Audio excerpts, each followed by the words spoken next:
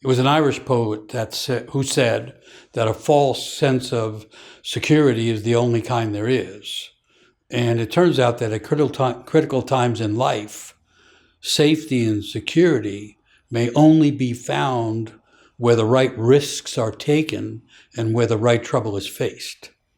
And so as fears about the future of the world accumulate, I keep thinking of this old African teaching story about fear and safety and taking risks. And it goes like this. The tale begins on the ancient savannas of Africa, where life pours forth in the form of teeming, feeding herds. And as the hungry hordes eat their way across the plains, the lions wait in the tall grass nearby, anticipating their opportunity to prey upon the grazing animals. The lions send the oldest and weakest members of the pride away from the rest of the hunting pack. For having lost their strength and most of their teeth, the roar of the old lions is far greater than their ability to bite and do harm. And so they slip away and they settle in the grass directly across from where the strong and younger members of the pride wait for the grazing herds. So as the herds pass between the hunting pack and the old lions, the old ones begin to roar as mightily as they can. And at the sound of this terrifying roars, most of the herd panics, and blinded by fear and overwhelmed by a sense of imminent danger, they turn away from the roaring and run wildly and desperately into the opposite direction. And of course, as they flee from the source, they think of their fear, they run right into the strongest lions of the group, waiting for them in the tall grass. And so it's a teaching story, and apparently the old members of the human tribe would tell the young ones that when the world is in great trouble and when fear is increasing, run towards the roar. And so that's like a teaching. It's like something to keep in mind, because the world is roaring at us now from all kinds of directions and for all kinds of reasons. But if we run away from the roar, we could be running into the teeth of forgetting, into the teeth of not becoming. And so the idea is run towards the roar. And that's part of the idea of this session, is that we go towards the division in the world in order to understand not just what security and safety might look and feel like, but also what might be the kind of learning, what might be the gift behind the symptom, if we say the symptom is the roaring of the world. So the idea is we face our fears, we might find a way through. Matter of fact, the word fear comes from the old word fair, as in thoroughfare. And the old axiom was, what you fear is where you are going. So as the tensions in the outer world escalate, anxieties intensify in both the collective humanity, but also in individual levels. And feelings of insecurity and dread can become heightened as people feel less able to control things in the world, and as everyone gets more exposed to intensifications of uncertainty, similar to the herds on the savannah in a sense. There's this collective sense of panic and fear and helplessness. And so to be alive at this time, in a sense, is to be caught between the opposing poles of existence as things polarize and conflicts multiply. And as each side of a conflict becomes more single-minded, the polarization intensifies, and it leads to ever greater feelings of isolation, fear, and alienation. Currently, anyone who can be deemed other than whoever we are claiming to be, anyone who can be deemed other gets demonized. And here in the United States where we are, you have this idea of mass deportation of immigrants. Of course, this is a country made by immigrants, but now there's supposed to be a mass deportation of immigrants who are being referred to as illegal aliens, as if it represents or demonstrates a psychic split in the common culture, but also a split that's inside of individual psyches. And so then one question could be, why in the world would things become split by that? And looking for that answer leads me to mythology. You could say that at critical times in life, whether it be the individual or society, the basic elements and the basic energies of existence polarize. In the current situation, as the cloth of civilization, as we call it, wears thin, and as the veil of reality lifts, what is revealed is the underlying tension of opposites that actually exists in the world from the beginning. And so what I want to do is go back to the beginning by virtue of a creation story. And in a sense, the assumption I'm working with is when the answers can't be found through reason and logic, when the answers can't even be found through psychology, the place to look for them is mythology. Mythology is about the great issues of existence that are universal and that keep recurring. And it turns out that one of the great issues is polarization, the tension of opposites. And it's in mythology that we can find meaningful reasons why that might occur and why that might occur repeatedly. And so creation myths offer a different perspective on things like polarization than psychology or history or the study of the social sciences. Creation myths are not intended to simply explain the making of things or the shaping of the world. Rather, they are stories intended not to be believed, but to be learned from. Myths are like a series of lives that reveal deeper truths. And when we get really caught in life, myths can be the most valuable source of ideas, of energies, and of the truth in a funny way. Not the truths in a historical way or in the way of the matter of facts, but in the way of the things that matter most. And so there exists an entire category of creation stories in which a mistake occurs very close to the beginning of creation. And that mistake then gets repeated each time the world needs to renew itself. And you could say that when everything on earth becomes polarized, it becomes more important that we recall and learn from the stories that begin with the mistake at the origin of creation. And so one of these creation stories about the origins of mistakes, the origins of conflicts, and the origin of polarization happens to come from Persia, which was the name by which Iran, as we call it now, was known for centuries. And in ancient Persia, this deity called Zurvan was associated with creation and the origins, and specifically with the axis mundi at the center of the world. And Zurvan was typically depicted as a winged, lion-headed deity encircled by a serpent.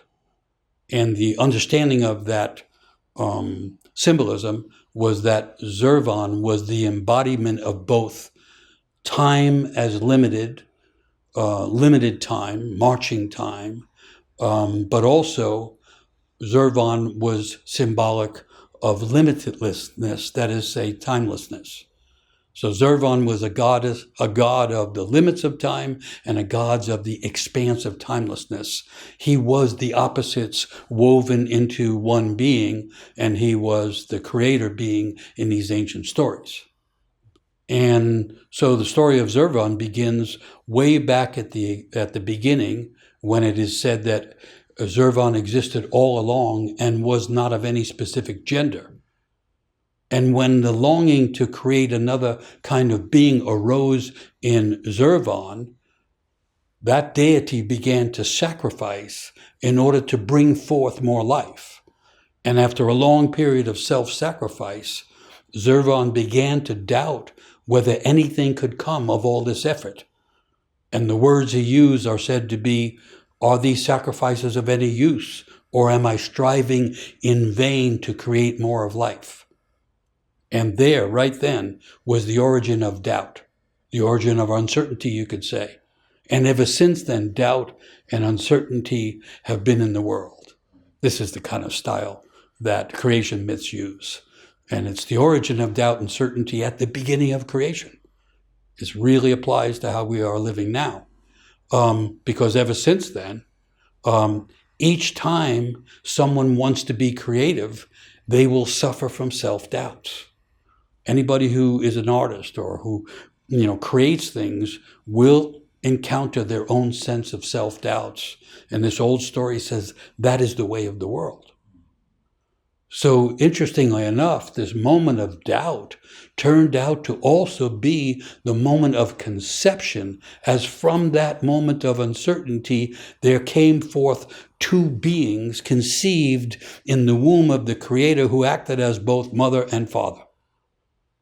And the two beings that were born out of longing and out of doubt were named Ormads, which means sweet-smelling and radiant, and Ahriman, which can mean darkness or full of lies. And as soon as those two were born, Ahriman aggressively turned against his bright brother Ormazd, and at that moment, opposition and conflict and the seeds of polarization entered the world in dynamic fashion. Just to underline, creation begins, and it begins with a division. It begins with a division that becomes an opposition. It begins with a division that becomes an opposition that leads to a kind of intense conflict. And so here's the value of a story that goes all the way back to the beginning to say that there has been something in the world all along, that when the veil of reality lifts, it gets revealed as a core basic opposition in life. And I'm not saying that this in any way kind of validates people that are being divisive. I'm not saying that it would discount anybody who's suffering from all of the divisions in the world, which by now includes almost all of us. But it's a way to possibly understand it or to consider it from a different point of view. So, in a sense, what's happened right as creation begins is the principle of disorder and darkness has attacked the principle of order in creation. And the story says that the chosen weapon of the principle of disorder turned out to be lies. Remember, Ahriman means darkness or full of lies. And so falseness and falsehoods and dishonesties and deceptions are part of this tension between truth and opposites, but it's been there all along. And it's kind of one of the values of mythology. It says these things aren't out of place, but these are things that we can learn about the place they have in the world. And you can't get that readily from science or readily from psychology for that matter. So according to the old story, ever since then, ever since this beginning conflict, there have been those who seek to rule by aggression and power, and those who seek to dominate by lies and falsehoods and disinformation. So one of the old ideas about myths is that they are ancient and immediate at the same time. And to me, this seems to be a myth that is being enacted right now in the world. And creation, according to this kind of story, is a radical process that includes an essential tension of the opposites that leads to inevitable conflicts, which at critical time becomes the opportunity for more creation. Because what happens after those two twins who are so opposite are created is there's conflict, but there's eventually more creation also. So people that understand this kind of depth of knowledge about the tension of opposites realize we are in a creation moment again. We are in the times of creation again. That's what the myths would say about having to live inside the tension of opposites in the world right now. And the myths would also say this has happened before. It happened at the beginning. It's happened before. And that gives us a deeper kind of hope in terms of finding a way through it. So, in a sense, I'm saying, collective humanity is now in a condition of uncertainty and doubt and conflict and opposition that parallels old creation stories. Any issue that arises in the world right now becomes the source of greater polarization and conflict, as if to keep proving the point to us. We are in a condition that must be understood and cannot simply be dismissed, and it cannot simply be explained by history or political parties. It's deeper than that. And the political parties, such as they are caught in it. As a matter of fact, most parts of social life are caught in it. And we're not going to solve it through the next election, even though we should vote possibly for anybody looking like the brighter of the two twins. But it's not going to simply change it by voting. Something else is required. And that is found by going back to the story. So after Zervan has, sacrificed and suffered uncertainty and doubt, and then created the first two beings, it happens that Ormazd, the brilliant of the two brothers, the shining one, does not fight back when he is attacked by Ahriman with his darkness and his tendency for lies, but rather, and Ormazd does not turn the other cheek simply either. Rather, Ormazd turns inside, not denying the conflict, but looking for an answer or a response or a solution or a remedy from inside. And it is that turning inside that causes a whole bunch of things to occur, which turn out to be the symbols and the representations of creation continuing. So first, there's the unified deity that's not either male or female or is both, and many other things. And then that one divides. That's how creation occurs, by a division. That's how we each got here. A single cell divided, more cells, it became us. This is being repeated all the time. But then, in order for creation not to get stuck in the process of polarization, it's as if Ormazd has to go inside and reconnect to the original energy of creation in order for creation to continue. So that's the basic outline of the story. And it's interesting that it comes from Persia, where so much of the tension of opposites can be focused in contemporary times. So what's being offered by the old myth is the idea that when we find ourselves in these conflicts that seem intractable and unresolvable, the issue is not to pick one side or the other in some simple response, although a lot of people will do that, but rather the solution is to turn inside and reconnect to the original instinct for creation, which, when they interpret this old story, they say is also the beginning of the search for wisdom.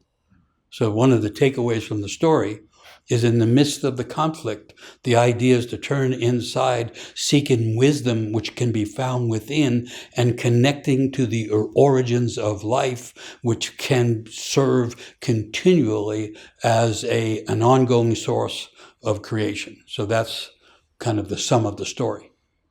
And I'm saying that when the world is roaring the way it's roaring, we have to follow that kind of idea. The medicine we're looking for is inside. The wisdom that's missing in the world has to be found inside. You could say that the secret aim of the intention of the opposites is not to divide and destroy, but rather to awaken a deeper sense of creativity, wisdom, and imagination that can return the process of creation. So that the tension of the opposites in its own essence, in its deepest sense, is not there to pull apart and destroy. It's there to remind us we have to look deeper for the source of unity.